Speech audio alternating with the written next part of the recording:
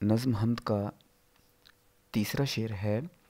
محرم بھی ہے ایسا ہی جیسا کہ ہے نامحرم، محرم بھی ہے ایسا ہی جیسا کہ ہے نامحرم، کچھ کہہ نہ سکا جس پر یاں بھید کھلا تیرا۔ محرم کا مطلب ہوتا ہے واقف، آشنا یا رازدار، اور نامحرم کا مطلب ہوتا ہے ناواقف یا پھر انجان۔ کچھ کہہ نہ سکنا سے مراد ہے کچھ بھی نہ بول پانا، کچھ کہنے سے قاصر ہونا۔ یہاں سے مراد ہے یہاں یعنی دنیا۔ بھید کہتے ہیں راز کو، پوشیدہ بات کو، چھپی ہوئی بات کو۔ بھید کھلنا یعنی راز ظاہر ہونا۔ مفہوم ہے، اے اللہ یہاں محرم اور نامحرم اور واقف اور ناواقف میں کوئی فرق نہیں رہا، کیونکہ جس پر تیری حقیقت کا راز کھلا ہے وہ بھی تیری حکمتوں سے نا آشنا ہے، اس کا اتنا علم نہیں جتنا کہ تو جانتا ہے۔ ظاہر ہے کہ کائنات میں اللہ تعالیٰ کے مثل کوئی چیز نہیں ہے، تو پھر انسان اپنی محدود عقل کے سہارے اللہ تعالیٰ کو کیسے سمجھ سکتا ہے؟ کچھ لوگ اللہ تعالیٰ کا قرب حاصل کرتے ہیں، اللہ تعالیٰ کی خوشنودی حاصل کرتے ہیں، اللہ تعالیٰ کی رضا کے مطابق اپنی زندگی بسر کرتے ہیں، اور اللہ تعالیٰ کی نشانیوں سے اللہ تعالیٰ کے وجود کو قریب سے جانتے ہیں۔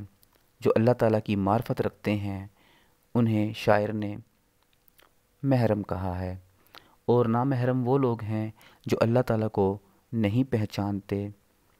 تو شاعر کی نظر میں محرم اور نامحرم جو ہے یہ دونوں ہی برابر ہیں، کیونکہ جو اللہ تعالیٰ کے قریب ہے، جو اللہ تعالیٰ کے وجود کو جانتا ہے، وہ بھی اللہ تعالیٰ کی ذات کاملہ کے بارے میں مکمل طور پر بتانے سے قاصر ہے۔ شعر نمبر 4 ہے۔ جچتا نہیں نظروں میں یاں خلعت سلطانی، جچتا نہیں نظروں میں یاں خلعت سلطانی، کملی میں مگن اپنی رہتا ہے گدا تیرا۔ سب سے پہلے ہم اس شعر میں مشکل الفاظ کے معنی دیکھیں گے۔ جچنا کا مطلب ہوتا ہے اچھا لگنا، بھلا لگنا، تو نظروں کو جچنا مراد آنکھوں کو اچھا لگنا۔ یہاں سے مراد ہے یہاں یعنی دنیا۔ خلعت سلطانی بادشاہوں کا لباس۔ کملی کہتے ہیں چادر کو۔ مگن کا مطلب ہوتا ہے محو، مصروف۔ تیرا گدا یعنی اللہ تعالیٰ کا فقیر۔ مفہوم ہے کہ اے اللہ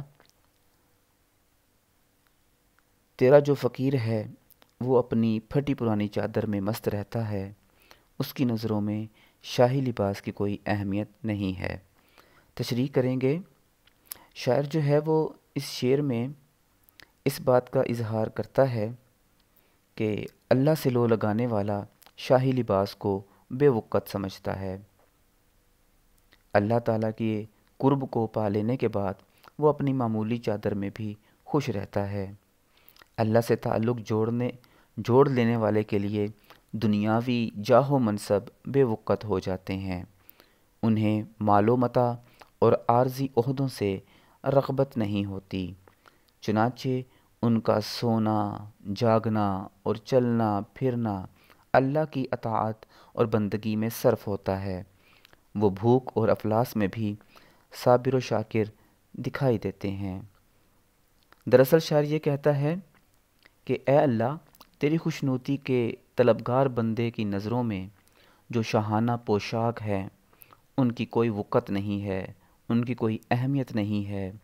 تیرے در کا جو گدا ہے وہ تو کملی میں مست رہ کر ہی خوشی محسوس کرتا ہے، وہ بھوکا تو رہ سکتا ہے لیکن کسی کے آگے دست سوال دراز نہیں کر سکتا، یہی وجہ ہے کہ وہ پھٹے پرانے کپڑوں میں رہنا پسند کرتا ہے اور اپنی چھوٹی سی چھوٹی حاجت اور ضرورت کو صرف اور صرف تجھی سے ہی طلب کرتا ہے، اور تیری خوشنودی ہی اس کا اصل مقصد ہوتا ہے۔ اس کی زندگی کا جو اصل مقصد ہے وہ صرف یہی ہوتا ہے کہ وہ بس تیری خوشنودی حاصل کر لے۔ دنیاوی جو مناصب ہیں، جو مقام و مرتبہ ہے، جو شان و شوکت ہے، وہ اس کی آنکھوں کو بالکل بھی نہیں بھاتا۔